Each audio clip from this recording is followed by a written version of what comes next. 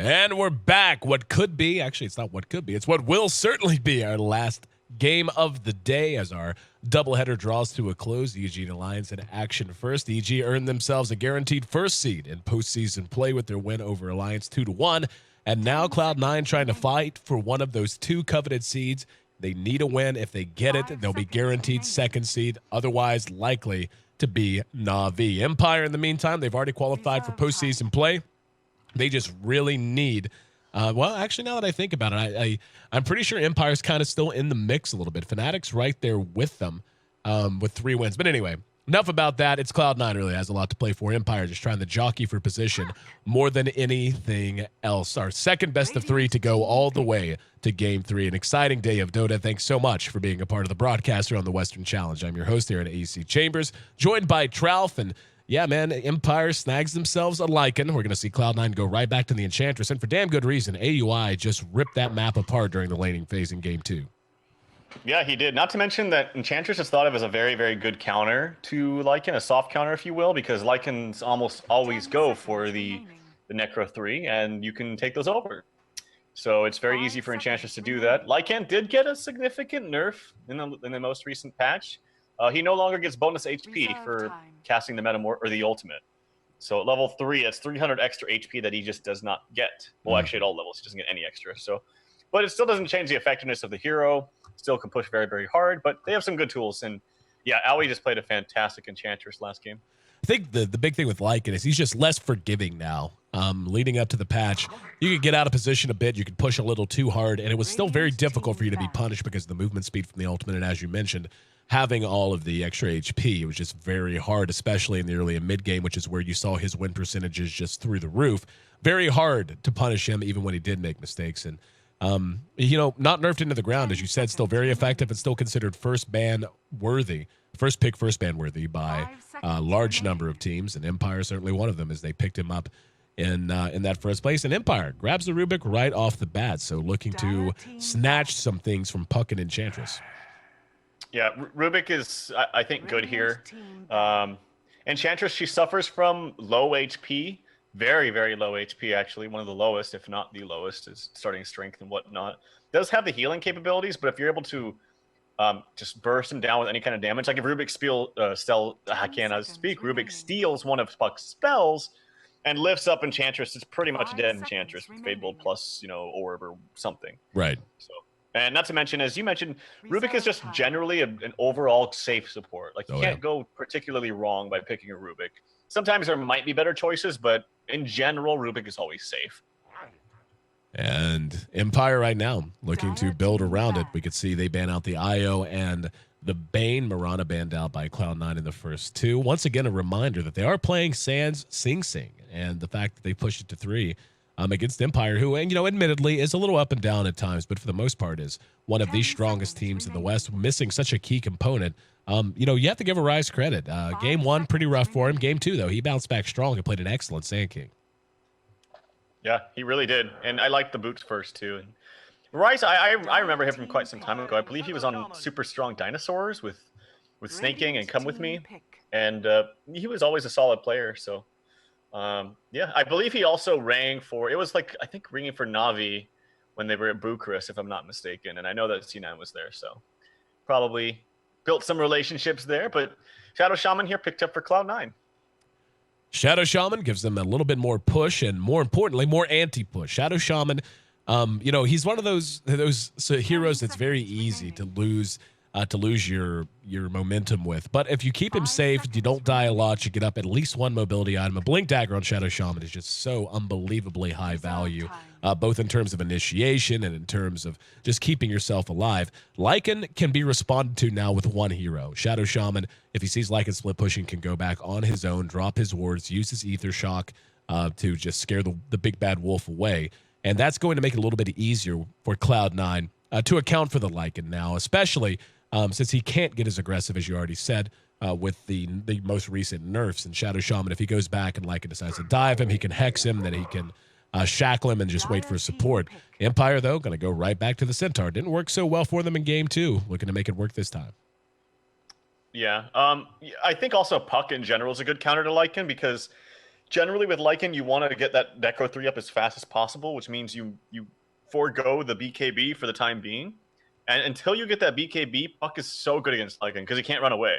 If you have any other hero with Puck and you try to split push with Lycan, if Puck is ready with the coil, one person TPs in, that's a dead Lycan. Doesn't even matter which hero it really is. So you either have two options. You just play a lot more careful, which isn't the nature of Lycan. You want to be split pushing and getting early towers, or you go for an early BKB. And generally in this metagame, you don't want that. You want the extra push and extra damage with the Necro 3. Right. Necro 3 Medallion usually is the way you see Lycan's build nowadays. Vlad's usually in there, in the mix a little bit too. You know, honestly, I feel like this wouldn't be a bad game, though, to just kind of forgo the Necro 3. For the reasons I just stated, like, you need BKB. Also, Necro 3 is not that great against Enchantress if she's there and ready to take it over. That's not to say he's not going to go for it, because it's kind of the standard and go-to build. But if he didn't go for it and just went for a fast BKB, I wouldn't think twice about asking why. That Phantom Assassin might be mid. Looking at the way... Just, you know, taking all the information into account. Bone 7 plays a phenomenal puck. We know that. Bone 7 also plays off lane. We saw AUI just do an excellent job as a pure roaming Enchantress. Spent some time in her own jungle, and that's all well and good. We'll see how they end up doing it, but just, you know, they ran Arise. Arise has not been playing mid, even though that's largely Sing Sing's position. It's been EE. And Phantom Assassin, most notably, an EE style of hero. I think that's going to end up being a mid Phantom Assassin. I think Empire knows it, and they may have drafted that Dragon Knight for mid because of it. So we'll see how it ends up shaking itself out. I'm really liking the drafts on both sides right now, though. Cloud9 is kind of in the same position as before, though. You know, when you have three very tanky, not nearly as tanky as they were because of Lycan's nerf, but three tanky heroes like a Dragon Knight, a Centaur, and a Lycan, and your Shadow Shaman and Enchantress, you know, Puck's elusive, but the others are rather squishy. Phantom Assassin even feels very squishy, even though she has a degree of elusiveness to her as well. Blur helps out with that and so on. She still can feel very, very squishy if she's caught out, and they do have Centaur Stomp and, of course, Dragon Tail to help lock her down. Cloud9 just needs to not make a lot of mistakes, and I think they're going to be okay. Phantom Assassin just really needs to get off to a good start, and they need to keep their towers up. The longer they can keep their towers up against this lineup, the better their chances for success are going to be. You ever have massive deja vu? I just had, like, ridiculous amount of deja vu looking at this draft for some reason. Like, it's so freaky. But looking at how Empire might lane this with Centaur off lane, it sounds kind of funny saying this, but PA is actually a really good harasser. Like, they just buffed the stifling, is that what's called a stifling dagger? Yep. They just buffed it so it has a lower cooldown now, and that's actually a really good tool for harassment. It's very low mana cost. You can spam it from an extremely long range away. And you can also initiate if you have the means to actually kill someone, because it slows for 50% of your movement speed. So it's actually a good harassment tool. And if they do really want to press the issue about keeping Centaur out, they definitely have the means to do so. Yeah, the lanes just feel so wide open on both sides. There's so many ways they can approach this. Empire, I feel like, is a little bit more in line with the Lycan needing safe lane farm to really get going. Dragon Knight tends to want to set up shop in mid, and Centaur just being an excellent offlaner. So yeah, they're going to go and grab a Timbersaw. That's interesting in and of its own right.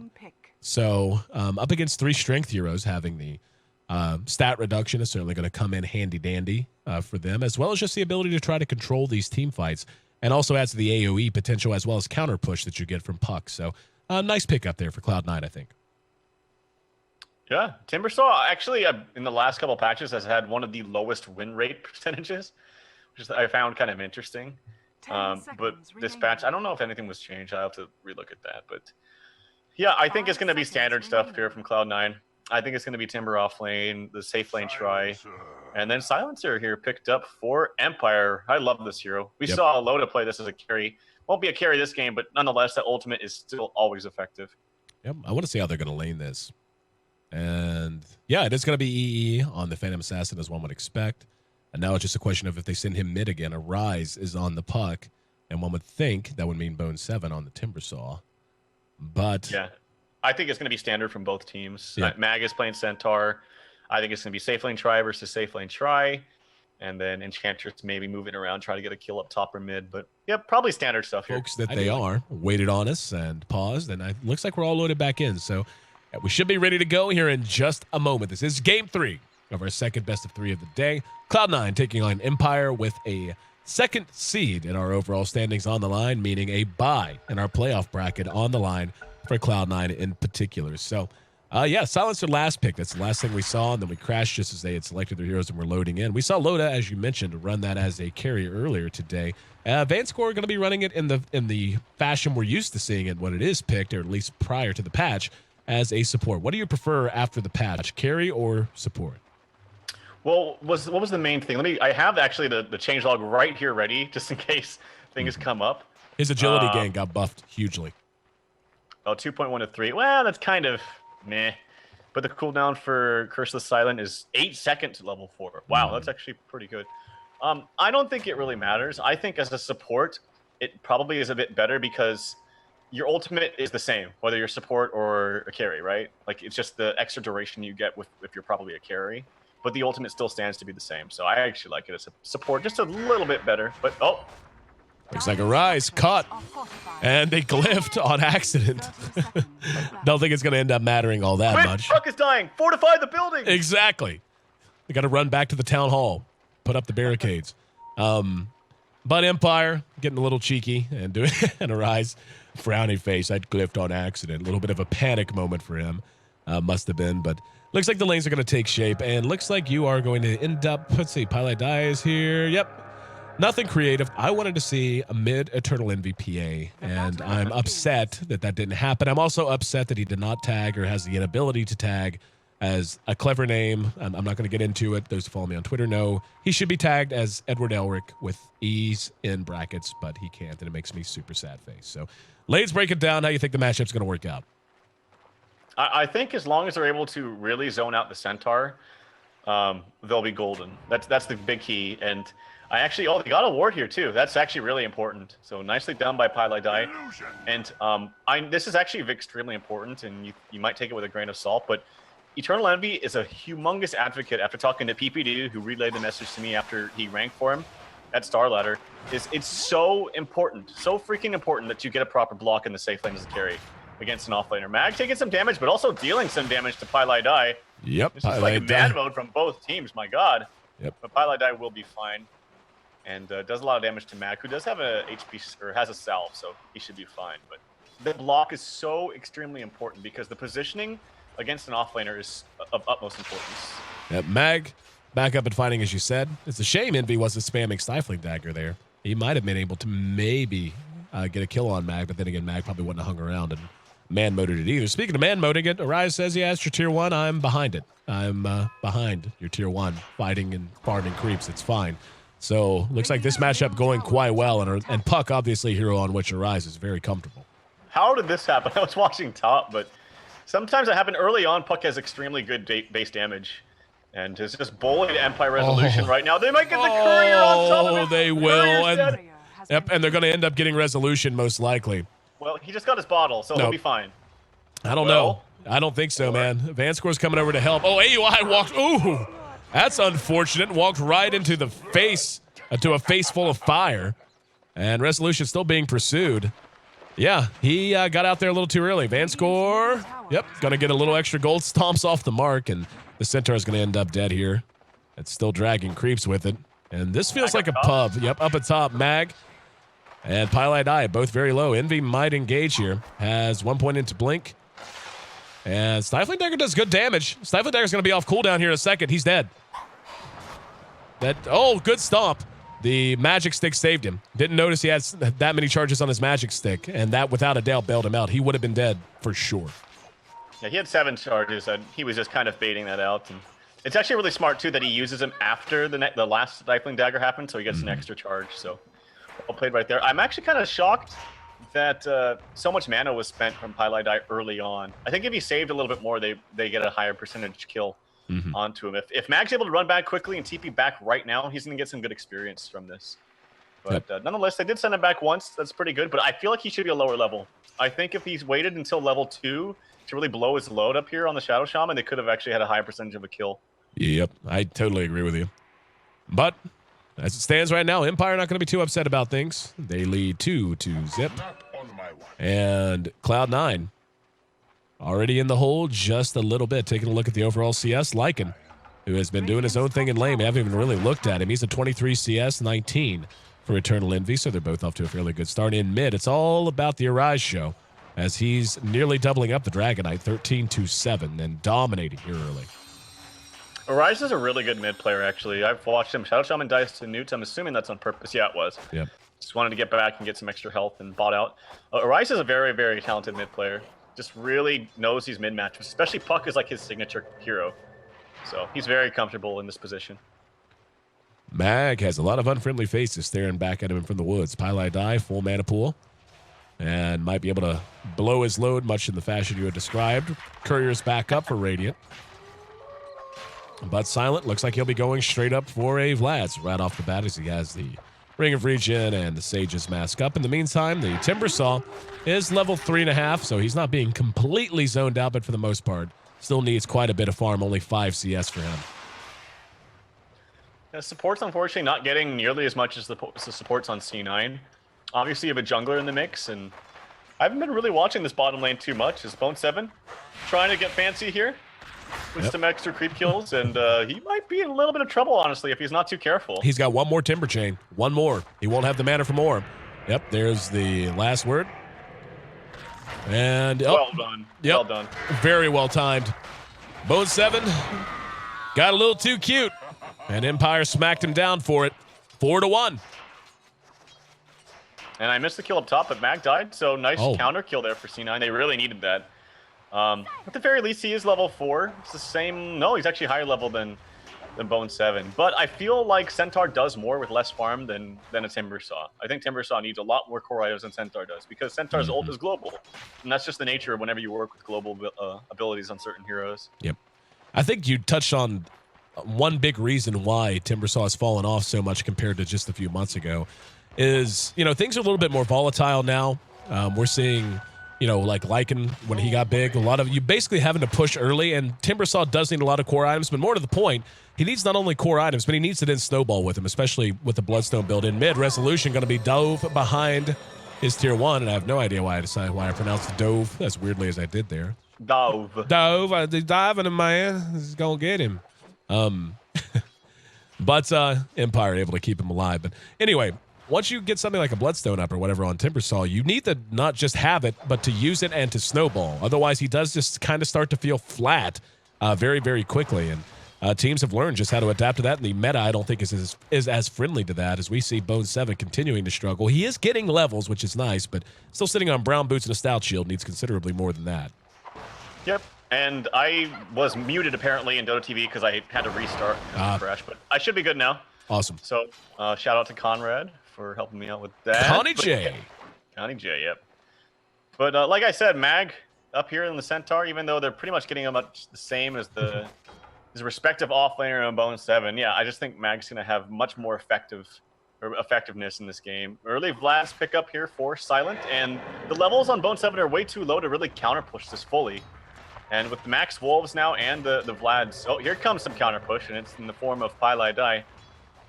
Rotating a couple down, Ether Shock, level 2, has gone 2-1-1. Pretty typical stuff for a Shadow Shaman. They need to get him to level 6 soon. This Lycan already has a Vlad's up, has up a Sage's Mask aside from that, so it will be Vlad's Medallion. And he's got 51 CS. Eternal Envy, I want to see what he goes after Phase Boots. I really am a big fan of Phase Drums BKB. I just feel like the timing of it just seems to work out. You tend to be getting your level 2 coup de grace right at about the time you finish your BKB when you go Phase Drums BKB if you're farming well. Resolution in trouble in mid. Shackled down and hexed out. Here comes Always Want to Fly, though. Gets the lift off. Doesn't matter. They're able to bring him down nonetheless. Last word. Nope. Nothing happened. So unable to follow up with it. Empire came in to try to help, but ends up giving up another kill and a damn good one. If you're C9, make it 5-2. Yeah, I'm actually kind of scared for Resolution in this game. Like, he's getting shut down really early on, and the heroes he's up against are quite good against him. Like, especially if he doesn't get an early BKB, and at this rate it's not going to be early, I almost wonder if he just needs to rush it. Because until he gets a BKB, these heroes just destroy him. Yep. Like, absolutely crush him. So, yeah, good start here from C9 in the sense that they're shutting down Resolution. They're still down 2 to 5 kills, and they still have a big Lycan problem. I mean big. Like, he is really farmed. Yeah, and it's only going to get worse. Envy Maybe thought about taking a run at Centaur. Mag's not yet level 6, so if they wanted to, now'd be the time before Stampede's up and ready. He's looping around. Yep, there we go. Stifling Dagger. Lot of down. We got a crit on it. That always helps, and they should be able to finish him off. Yep, they do. He got a crit on the Stifling Dagger, and you cannot ask for a better situation to be in trying to engage into a tanky hero like a Centaur. Meantime, in mid, Empire tells Resolution, gives him the push tower order. As always, want to fly and Silent are going to loop around. Let's see if Silent going to go into the pit, or is he going to take a run at mid? He is level 8, and Rise is there. Where you going, Silent? He's hanging out for now, has the medallion up and ready. Just such an elusive target in the puck if they decide to take a run at him. And it looks like they're trying to bait him in and trying to give him a false sense of security. And yep, they're going to grab him. Brought back, but he should be able to make it away. Pops a haster in, and now they might re-engage. There's going to be a coil that went off. Immediately, the silence goes off. Silent himself going to use his ultimate, try to chase down Pile I Die. Nope, turns around. While Bone 7 continues to try to make some space. There's going to be a shackle on the Silent. A kill on him now would be huge. And it looks like he will be able to get away with move speed just a little too much for them to catch up. In the meantime, the push is on in mid as Mag and Resolution did not abandon it. They do manage to catch. Oh, Envy actually died. I thought they were going to give up the pursuit. So they do manage to get Lycan, but they have to give up Envy to get it. Don't know that that was worth it. Pile I Die now in some trouble. Stomp and Double Edge is there. TP coming back in. This will be a Rise. Back up and ready to fight. AUI is there. Doesn't have Nature's Attendance. Does have an enchant if he wants to use it. Uses it on Mag. Mag going to head to the north. Bone 7 split off and now trying to chase down Resolution, knowing there's no stun, and it's enough to get him away. And Mag, no one chased him. He was so low, and he just managed to loop around the tower and make it back out. So all in all, that's without a doubt a win for Empire. Big win. That was really greedy by Eternal Envy, but also really well played by Silent. He knew his ulti was fading, and once it did, he had no way of running away from a Stifling Dagger. So what does he do? As soon as he hits that cliff right there, oh, I missed the kill up top, but they get an easy kill onto Rubik, easy peasy. But as soon as he hit that cliff right there, he knew he didn't have the high ground vision, so he cast the wolves, put the medallion on him, and just turned and attacked him and killed him instantly. It was a really nice play by Silent, but also extremely greedy by Eternal Envy at the same time. And also before that fight, when Puck went down, he totally whiffed his coil. And then he came back and didn't have it ready to go. Oh, action is Bone 7 taking so much freaking damage. Dunskies. That's what a medallion does, man. Medallion against a Timbersaw, troublesome. Troublesome. Bottom tier 1 going to end up being traded most likely for the top tier 1. I don't know if they have the push potentials. Pile I Die doesn't have enough mana for his wards, and that's a shame. They might be able to defend this if they want to, or even just try to push through. They have a glyph if they want to use it. We'll wait and see. And nope, they're just going to go ahead and take tier 1 mid. Puck trying to do what he can to hold it back. The tier 1 top ends up dropping. So another win for Empire. Unable to defend the top tier 1, but able to take 2 of their own. Yeah, and I think Resolution is, and so to speak, agreeing with me here that BKB rushing is like the right thing to do here. Yeah. Actually, action on the Van score. He's going ham right now. He can't find a crit, though, to save his life. Yep, little RN Jesus love, and now the wards are down. Silent needs to be careful here. It's easy to get yourself into a bad situation whenever you try to do cute stuff around wards. Looks like they're going to be able to keep this up, and they're going to engage behind it. Silent right there with him. Charging over top of Pile I Die, who's critted down immediately. Envy blinks to AUI to try and get himself out of the fight. Doesn't look like they're going to pursue any further. More importantly, the tier 2 still standing after the usage of the wards. They may decide to go ahead and just take this tier 1 as they're all in the vicinity. They know the wards are down, and they know everyone on C9 is banged up a bit. And looks like that's going to be the plan as they choke this lane. Resolution, though, he's going to go ahead and go back to mid. This is probably a good call. Has enough gold for his Mithril Hammer right now. BKB within reach. Yeah, and they need to defend these towers. This is smart by Empire. As long as they get that, okay, they defended mid now. They've defended bottom. They shouldn't die top. That's where the bad things will start to happen, is you get too greedy in your tower defenses. So this is like tip to C9. They know that they don't have Resolution ready to go top. They know they don't have Rubik. So if they stay up here too long, it could be troublesome. Another crit on the Stifling Dagger here from Envy as he's sitting in the trees. He's staying in those trees, and we'll be fine for the moment. So obnoxious. Stifling Dagger. Being critted by a Stifling Dagger is like, I don't know. Like, I would rather just eat a big fat crit in the face, I think, half the time than eat a Stifling Dagger crit. It's so frustrating. Just, damn it. But for now, Empire leads in kills. We have yet to take a real look at the goal graph. In terms of net worth, Resolution is doing surprisingly well. He's sitting at 5,600. That's 700 ahead of Envy right now. The tower certainly accounting for a large part, if not all of that. Always Want to Fly is going to end up dead here in the bottom side shop, hanging around a little bit too long as Pile I Die and Arise are there to help clean him up. Here comes help, though. Resolution rotating over, and Vanscore's going to go for it. Stampede is Resolution. Looking for a kill on Pylai Die. They'll get him. Dragon Tail spent, didn't even need it. Bone 7 thought about maybe engaging in. Here comes another teleport, while another Walker is making his way up as Mag hoofs it down the river. Silent in the meantime, trying to push solo into the Tier 1 up against AUI. Looks like he may decide to fall back. Arise and EE splitting their time and being ready to jump. And yeah, Silent making the right decision and getting the hell out of dodge. He may run into a Rise if he runs uphill. They're going to get a Dragon Tail onto Bone 7 over in the lane. Here comes the Waiting Rift. Bone 7 just eating so much damage. The Silent is used, though, and he's just blown to pieces. Arise uses the coil. It does not matter. Mag is going to be cleaned up. Bone 7 comes back in off of the buyback, and it's going to be a dieback by the time all's said and done. Now, Envy's got to run. The damage is too heavy. They're just too tanky. And that is a tremendous setback. I mean, a huge setback. A dieback on a Timbersaw that was already underfarmed to begin with. And he's going to be long time coming in relevancy. Pylai Die is up there to try and scare them off with Ether Shock, and it looks like he'll succeed. But still, pretty bad exchange for C9. And it looks like, yeah, Pi going to have to reconnect. C9's team.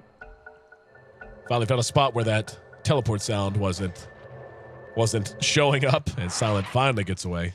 You wouldn't think that would be maddening, but 2 or 3 minutes straight of that sound that it makes when you use the teleport scroll just makes your head hurt. But Pylai Die getting a ward down, and looks like for the moment Empire's going to abandon the siege. So another big turnaround, and Empire continuing to just gain steam and momentum. Let's put you in the captain chair for C9. Other than doing a Roche, which you're doing right now, what's the general idea of how you play catch-up? I mean, right now they just have a lot of ground to cover with a lot of different heroes. Even the PA is falling behind the 2 major damage dealers on the side of Empire. Like, what's the plan? Well, you have good initiation between 2 heroes. This is getting sniffed out, though. They have an Invis Wolf here. This could be deadly. Yep, here we go. No. They're going to go in for it. And it's going to be picked up by AUI. Silent comes in, and it's immediately Hex, but now pops the ultimate. Aegis is already gone. Coil caught everyone. Beautiful coil, but they don't have the follow-up. Bone 7 just explodes into a mass of shredded metal. And AUI, who just panicked and grabbed the Aegis because he knew things were going awry, ends up dying behind the fight as well. Pylai Die makes it away with less than 20 HP. But Bone 7 is basically a walking melee creep right now. And it's showing. They just ran over them there. The damage output is just immense. And, shout outs to Arise, by the way. You see a lot of good coils. 5-man coils, those are tough to come by. He got one. I mean, they were all kind of clumped up. Like, he was going to get it. He's going to get it. Gah. Timbersaw is just, like, it's useless. Like, he can't do anything. It's kind of frustrating. Also, not to mention, like, against, quasi-push lineups, and this is one of them because you have DK, amazing pusher. Lycan, probably the best pusher in the game. Once he gets his core items, PA is freaking useless against push, man. Like, because against push, you kind of have to, like, when you initiate a team fight, you're balls to the walls in. You got to go in, hope for crits, and hope, cross your fingers and hope for the best. But he can't do that. He's just kind of underfarmed in that respect. So the PA is just not a very good counter pusher. Can't really defend towers well. And again, you're so reliant on those crits, though, especially if you don't snowball early. You're just not a very useful hero, even with the buffs to him. Bling Dagger up on Centaur. And speaking of initiation, a little bit more of it now. Up for Empire. And yeah, Envy struggling a bit. Did decide to go. He went Phase Drums Aquila. Not a big fan of that. Hold that thought. Resolution uses the BKB. Wards are down. He's going to get a solo kill on Pylai Die and Arise. Yep, better not hang around. He's going to try to deny this tower. He is eating a lot of damage from the wards right now, though. And, yep, Shadow Shaman actually gets the destruction on the tower. Now they're engaging back onto Arise and blowed up. They just have so much AoE burst, man. It's really ridiculous. Like, it's easy to underestimate things like Fade Bolt. We all know Breathe Fire does a lot of damage, but Breathe Fire, Double Edge, Fade Bolt, that's so much burst that can come out all of a sudden. Yeah, and I'm wondering if in the next couple weeks to a couple months or so, if silencer support is going to be more of a thing. Because honestly, I feel like I see such a high success with this hero. It's just so good. The damage output early on is very, very strong. And his ultimate is like one of the best in the entire game. It's so strong. It's global. It's amazing. Yep. I'm wondering if this will be a thing that catches on because it just seems to always work. Not to mention the little added bonus of stealing intelligence. He's got an extra 14. So. Yep. The thing about Silencer is he's a hero you can punish in the laning phase. A support Silencer can make life miserable, especially a funny tweet from one of my friends that I sent out the other day regarding a Silencer and a Soul Ring and something he'd rather hit with a hammer than deal with a Silencer in lane with a Soul Ring. But, you can punish it. He doesn't have any reliable stun. He is fairly level dependent in terms of how big of a pain in the butt he can be. So strong laning is really the way you cope with it. But whenever you can find yourself in a position like this where the lanes didn't go the way you planned for C9 and you've let him get to this point, I agree. It's just tremendous and almost impossible to deal with. I just don't even think you can lane against him properly, like try because his last word, the range on it is ridiculous. Like, what is it? I gotta check on him, click on him, and see here if I can actually see. Yeah, look at that. If you see that radius, it's ridiculous. He can cast him from so far away, and it's pretty much instant cast. Oh, hold that thought. Action on mid. Now he's in trouble. Yep. Has Nature's Attendance up. It's buying him some time. Nature's Attendance, untouchable, plus Nature's Attendance is so hard, and EE is going to come in and get a return kill. This is why the skill is called untouchable. You engage on her, you had better make it count. If they can get a pick on Rez here, it'd be a big deal. He does use the BKB to get away. And in the meantime, Empire's been doing work up in this top lane. So it's not as if they gave up nothing or got nothing out of the death of Centaur there. But very nice turnaround, and I love it. Seeing someone try to engage an Enchantress with max untouchable plus Nature's Attendance is just hilarious. It's miserable. Yeah, you need bursts. You can't auto-attack them at all. Oh, nice little cheeky TP, but no good lift from I was on a fly. And he also steals Ether Shock, so some extra added bonus damage for him. As Silencer gets that kill. And I was going to mention... Oh, okay, PA finally has enough gold. Really think he needs a BKB. It's hard because you don't want to go BKB, but you kind of have to at the same time. So he's gonna. You don't need damage. Your damage is going to come with your crits if you get him. Like, either you're going to get him or you're not. And that's how the hero works. And he's already level 14 and a half, so he's going to have level 3 coup de grace up very soon. Silencer, in the meantime, has added a mech to his inventory. He's stolen 16 intelligence, by the way. And, that's a nice thing. With his agility gain and the last word passive, the fact that you do steal that intelligence, he can actually kind of transform into a semi-carry accidentally.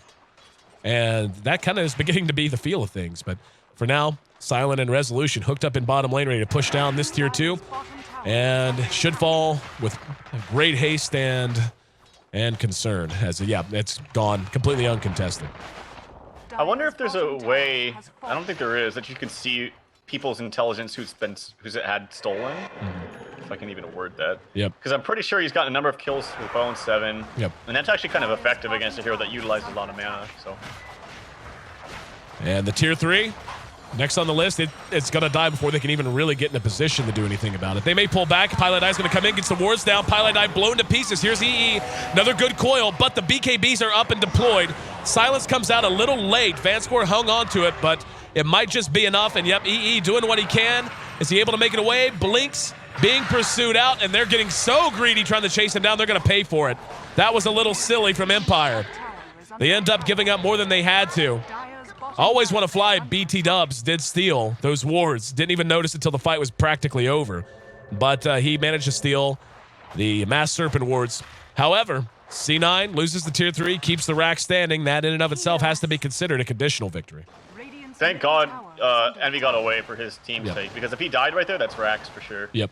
Because he just bought his BKB and didn't have any gold. Well, see, that's kind of the ridiculous thing. Like, why chase him? He's that low. What's he going to do? Re-engage with 15 health? Like, at that point, he may as well be dead and just focus on the racks. I think the Empire, their eyes got pretty big because for the same reason I just said. If they killed him, they knew he didn't have buyback, and it's kind of... It would be a gigantic deal if they did get the kill. Oh, there comes those annoying wolves hitting the range racks that don't regen. That's like the worst feeling in the world. It's just one little wolf. Somebody has to go. Yeah, they just now pinged it and noticed. It's one little wolf. Just, arr. But right now, the gold, it was actually very close to being back to even. And now we're going to see EE thought about engaging in. There's a Hex and might go for the kill here. Stampede's going to be used. Vanscore was right there with him. Didn't have a whole lot to contribute. And Blur helping out EE Sama quite a bit as he's hooked up with his team. Let's see if Empire wants to fight. I don't know why Empire would fight here. Just fall back to your tier 2 and wait for wait for your global silence. It's going to be up in 30 seconds. No reason to take a chance now. I agree. And it looks like C9's ready to fight here too. Is the biggest thing. Yep. Blink and wards coming out from Pilot Eye. This is a bait. Yep, here we go.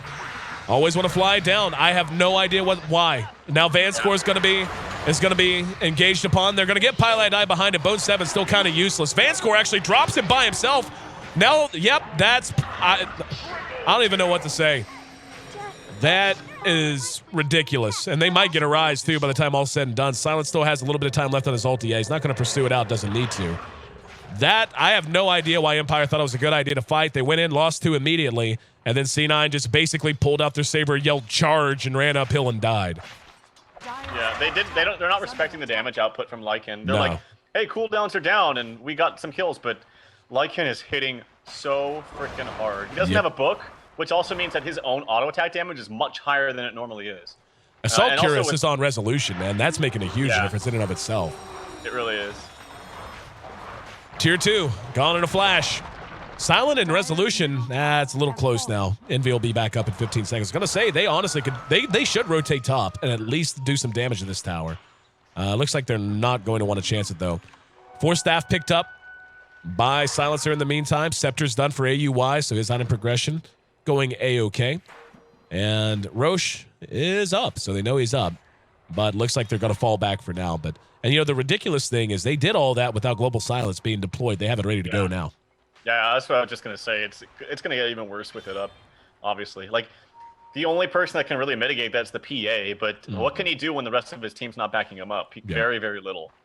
And Global Silence completely destroys every single member of C9, like, except for the PA when he BKBs, but Vanscore caught, engaged, wards deployed. That was a little jumpy, I think. Now the Global Silence. Here comes here comes Mag, the jump Pilot Eye. Arise going to be telekinesed back. And Arise still being chased behind the fight. They're just cleaning up the wards. And AUI, nice mech from Vanscore, kept AUI's Impetus Spear from finishing off Mag. Always want to fly, not giving up. Silence right there behind him. His ultimate runs out. There's going to be a coil just to secure an escape for AUI. Always want to fly's not done. He's still got Serpent Wards, by the way. You can trap him if he blinks. He actually stole it again. That's the second time he's stolen Mass Serpent Wards. Yeah, you're right. And that's going to be a free Roshan. He may just walk down here and drop him. I don't think he needs to. Yeah, I don't think so either. No way. This is going to die so freaking fast. Never mind. Lycan laughs in Roche's face.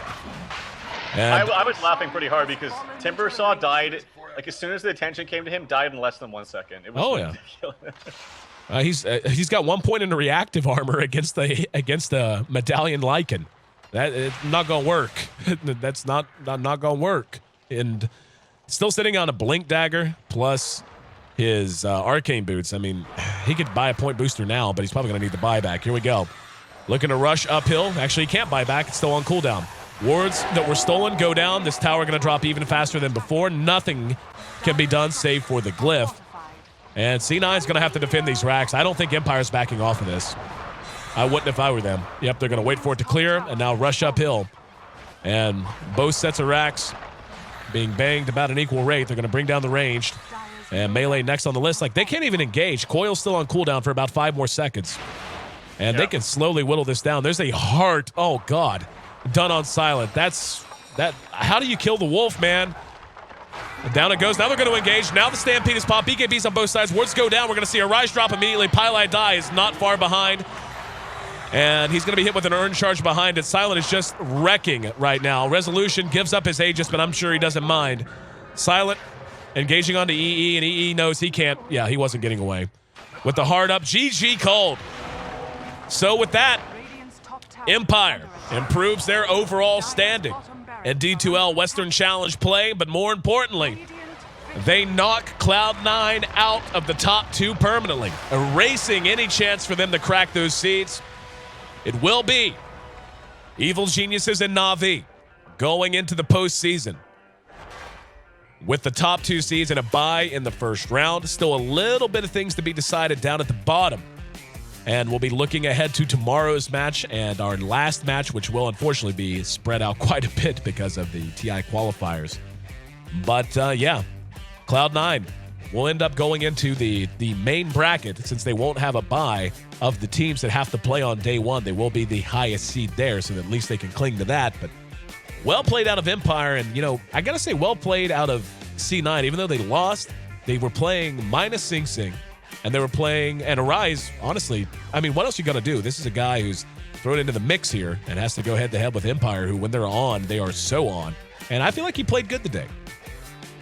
Yeah, he definitely did. It was kind of, they got their early courier kill, but the bottle was already delivered to Resolution, so the counter kill onto Aoi was actually pretty big to start for Resolution, because he was having a bad time in the beginning. Really bad time. But look at him, 9-1 of 14, able to turn it around. So very well played by Resolution. And I think this match is important because it actually still shows teams that despite the nerf coming out from Lycan with the no extra HP on the ulti, this hero is still first pick material and will be for quite some time. Yep. And it's just the power of his wolves and just the threat of push that he has from start to finish. So I just think giving up Lycan like that, they had an idea with the Enchantress, but like I mentioned, you don't have to go Necro 3 to make this hero formidable, and Silent showed that today with this item build. Very much agreed, and just really standouts across the board. Poor Always Want to Fly finish 06 and 11, but that doesn't tell the story for him. Stealing Mass Serpent Wards twice, making some pretty nice plays here and there. 7-2 for Van Score Support Silencer. Can't complain about that. 6-6 on the Centaur. Mag did struggle a bit, but all in all was on point with when he needed to be. But of course, Silent and Resolution combined for 16 and 3. Great play out of the two cores there. And once again, Cloud9 finishes up their D2L Western Challenge schedule with this loss, and that puts them in third place overall. Na'Vi and EG will be our top 2 seeds heading into postseason play. Thanks for being a part of the broadcast, guys. I'm your host, Aaron AC Chambers. That voice on the other side of the line, his name is Trout. We'd both love it if you'd follow us on Twitter and elsewhere. You can find me on Twitter. It's @AC, @AYESEE.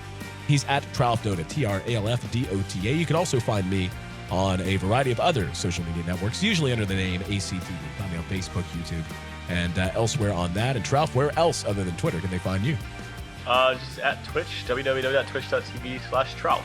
There you go. Make sure you check him out. And you have been streaming, right? Been streaming more? I have been. Every once in a while, mostly NEL games, but yeah. Yeah, whatevs. It's always fun. NEL, you're trying to be a part of the comeback of the in-house league?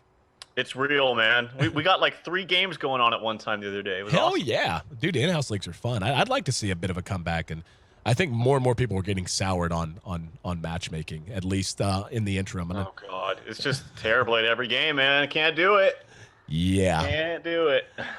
Well, check out Trout. Make sure you catch his stream.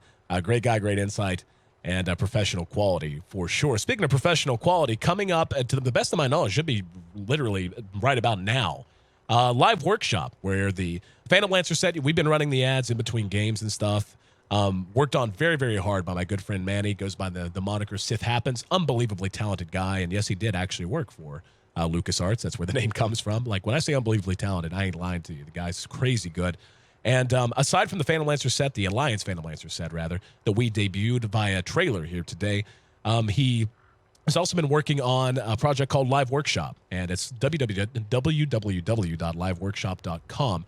And it's been part of the ads, but in case you're just tuning in, basically a great resource for anyone who's interested in what it takes to be an artist of that caliber and on that level. What it's like to work as a shop artist, what goes into it. You can see the processes. There'll be tutorials.